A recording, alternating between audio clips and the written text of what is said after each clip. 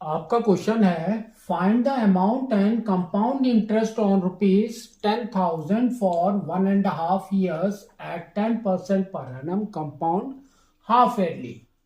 Would this interest be more than the interest he would get if it is compounded yearly? तो देखो इसने क्या बोला है कि 10,000 रुपीज इन्वेस्ट किया, दैट मीन्स प्रिंसिपल इज 10,000, तो प्रिंसिपल हमारा हो गया ₹10,000। ठीक है, फिर आगे उसने बोला है 1.5 years, तो time is 1.5, that means n is 1.5 years। फिर आगे इसने बोला है एट 10% पर एनम, तो rate of interest is 10% per annum. फिर आगे इसने बोला है compounded half yearly, that means half yearly के हिसाब से निकालना है आपको कंपाउंड इंटरेस्ट। तो देखो 1.5 years में कितने हाफ ईयरली होते हैं? 3, तो now n is 3। Rate of interest पर एनम है, तो हाफ ईयरली में कितना हो जाएगा? उसका half, that is equal to 5%। अब हम लिखेंगे फॉर्मूला, तो फॉर्मूला हमारा क्या होता है? Amount is equal to principal 1 plus R/100 and power is n। इसके अंदर वैल्यू डाल दो,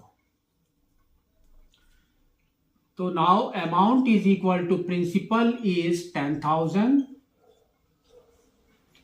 1 प्लस 5/100 एंड हियर कम्स 3। ठीक है, 5 एंड 100 को डिवाइड कर दो, तो it will be 1 and it will be 20।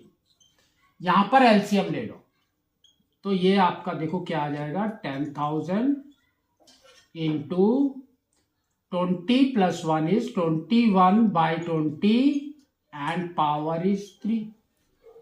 इसको सॉल्व करना है, तो ये हो जाएगा amount is equal to 10,000 into 21/20 into 21/20 into 21/20, 0 0 0, 3 zeros, 1 2 3, 2 से कट कर दो, तो ये हो गया 5।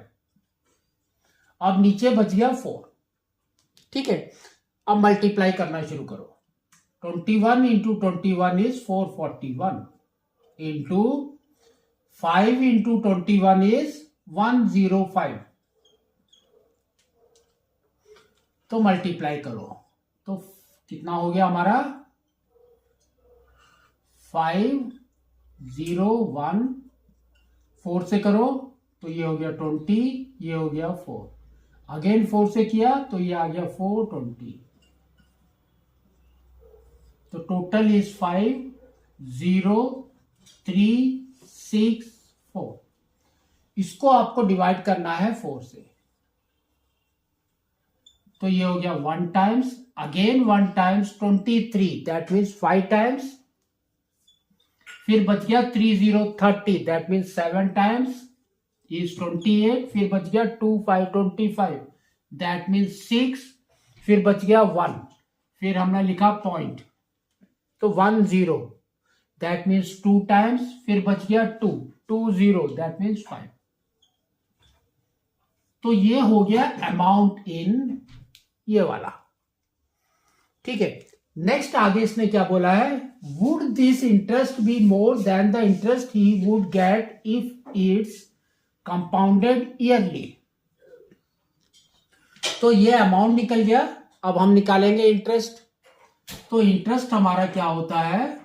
अमाउंट माइनस प्रिंसिपल, तो 11576.25 minus 10,000, that is equal to we can say 1576.25 rupees. ये आपका इंटरेस्ट निकल गया है इसका। अब हमको करना है कंपाउंडेड ईयरली वाले में, ठीक है। तो फर्स्ट हम करेंगे simple interest for 1 year, simple interest, क्योंकि कंपाउंड इंटरेस्ट भी करोगे तो सेम आएगा। तो सिंपल इंटरेस्ट 1 ईयर का कर लो।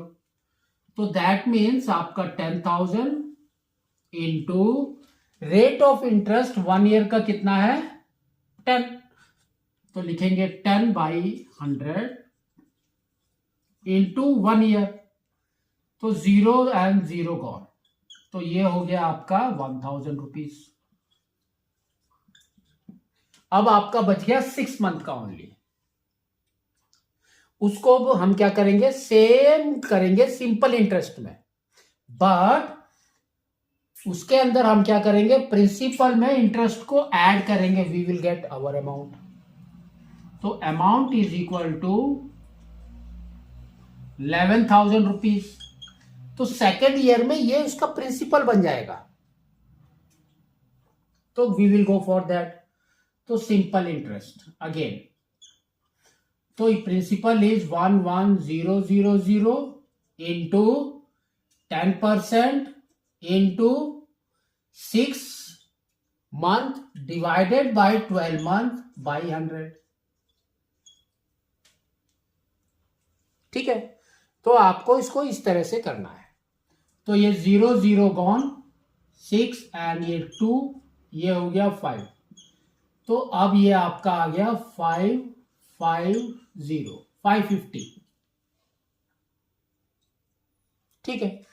550 plus this is equal to interest. तो इंटरेस्ट आपका कितना हो गया 11,000 and 550, that is equal to 11550. तो this is your amount now, amount है ये।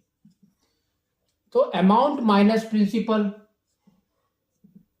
10,000 rupees, that is equal to we can say it's 1550 is the simple interest, or we can say compound interest in 1.5 years. तो देखो कौन सा ज्यादा है, 1157, तो ये वाला ज्यादा है, फर्स्ट वाला। कितना ज्यादा है वो आप कैसे निकालेंगे, आपका इंटरेस्ट निकला ये, तो 15 तक सेम है, 26.25, 26.25 फर्स्ट कंडीशन में ज्यादा है।